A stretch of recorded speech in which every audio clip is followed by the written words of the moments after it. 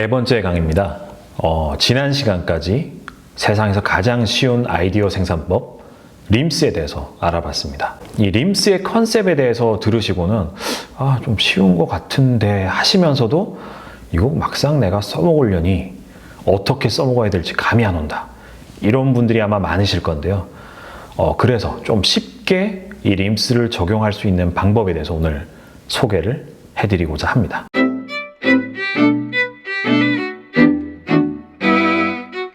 바로 아이디어 블록이라고 제가 명명을 했는데요. 블록 형태의 장난감 여러분들 다 가지고 놀아보셨죠?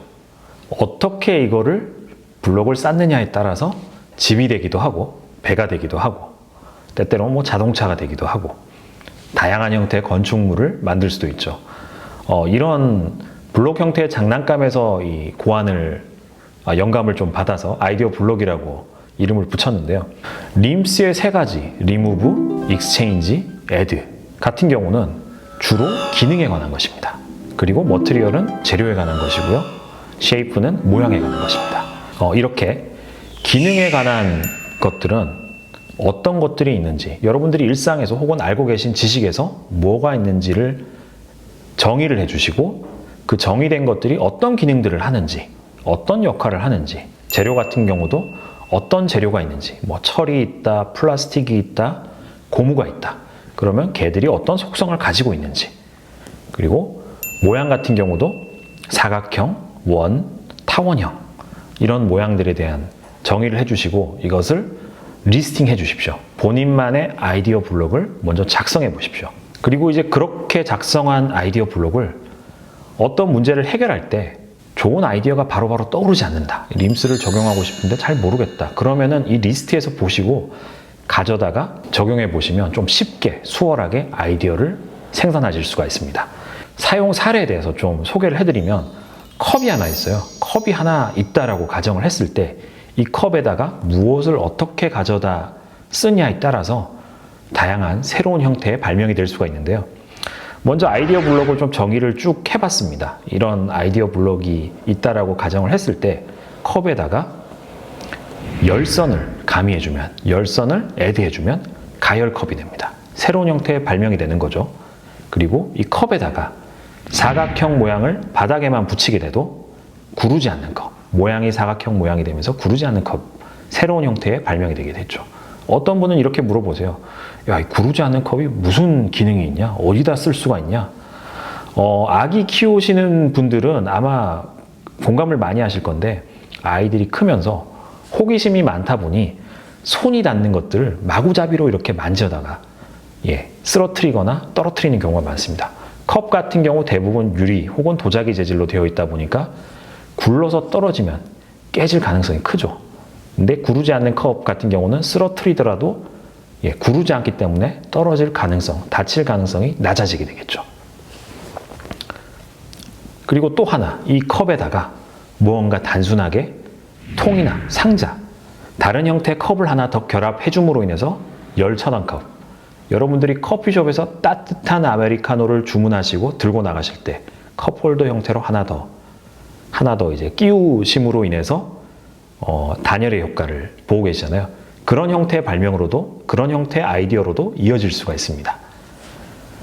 그리고 이제 실제로 텀블러 사러 가시면은 이런 거 좀 많이 보실 건데 컵에다가 고무 재질로 된 손잡이를 더해줌으로 인해서 미끄러지지 않는 것 이런 발명을 하실 수가 있죠.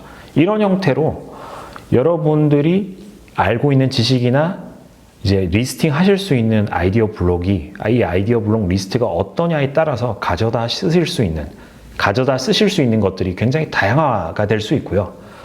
여러분들이 잘 알고 있는 거는 굳이 리스팅 하실 필요가 없습니다. 길을 지나시다가 혹은 어떤 기사를 보시다가 어떤 지식을 접하셨을 때 야, 이거 좋아 보인다. 이거 가져다 한번 써보고 싶다. 이런 것들을 메모해 두세요. 본인만의 아이디어 블록 리스팅을 해뒀다가 림스를 적용하시거나 문제를 해결하셔야 될 때 이것을 가져다가 접목해 보시면 좀 더 수월하게 아이디어를 만드실 수가 있습니다. 실제로 저 같은 경우는 이 아이디어 블록 리스트에 고무자석이라든지 공기 혹은 자력을 쓴다든지 진동을 준다든지 이런 부분들을 주로 단골 메뉴로서 가져다가 놓고 문제를 해결할 때 많이 가져다가 쓰고 있습니다. 림스를 활용한, 아이디어 블록을 활용하는 하나 사례를 좀 설명을 드리자면, 앞에 강의에서도 제가 잠깐씩 언급했었던 비닐하우스를 대처할 수 있는 PET 작물하우스를 소개를 해드린 적이 있습니다. 이 PET 하우스의 근본적인 문제를 해결하기 위해서 여러분들 좀 상상을 해보자고요. 이 비닐하우스에서 수리가 좀 수월하게 하기 위해서 일단 리무브, 제거할 수 있는 게 무엇이 있을까요? 비닐과 철근밖에 없는 재질이다 보니까 제가 아는 상식에서는 사실 제거할 게 없었습니다. 그리고 익스체인지, 비닐을 무엇으로 대처를 해줄 수 있을까? 그리고 이 철근, 뼈대를 무엇으로 대처해 줄 수 있을까? 제가 아는 상식에서도 마땅한 게 떠오르지가 않았었습니다.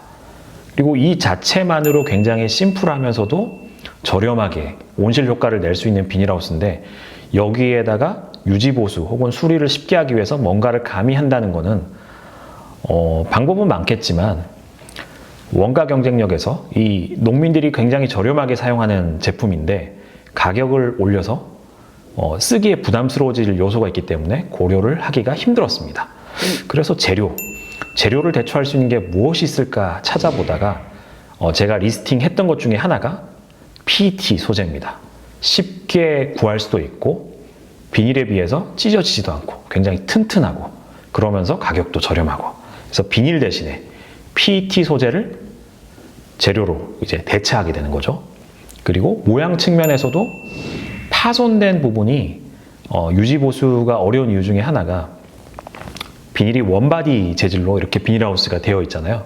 그러다 보니 모양을 분리 형태, 일체형에서 분리 결합형으로 변경을 해줌으로써 어떻게 보면 복합 발명이죠. 재료를 바꿔주고 모양을 조금 손을 대줌으로 인해서 일반 비닐하우스를 대처할 수 있는 조립식 작물하우스를 만들 수가 있었습니다. 기존의 비닐에서 PET 소재 이렇게 바꿔줌으로 인해서 좀 더 튼튼해지고 재료비도 크게 오르지 않았습니다. 이 재료비, 원가적인 부분이 굉장히 중요한데요. 하나 팁을 드리자면 실제로 많은 제조기업에서 이 원가 경쟁력을 갖추기 위해서 재료비를 절감하기 위한 노력을 많이 하고 있고요.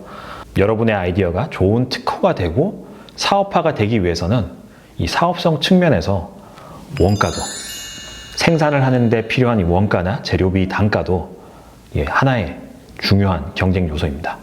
공모전 같은 데서 심사받을 때 이 부분 꼼꼼하게 보고 있으니까요. 참고하시면 좋을 것 같습니다. 이번 시간은 아이디어 생산법 림스를 보다 좀 더 쉽게 활용하고 내 것으로 만들기 위한 아이디어 블록 활용법에 대해서 알아보았습니다.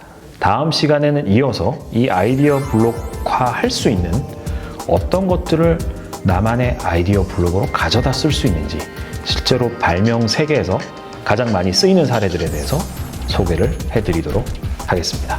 감사합니다.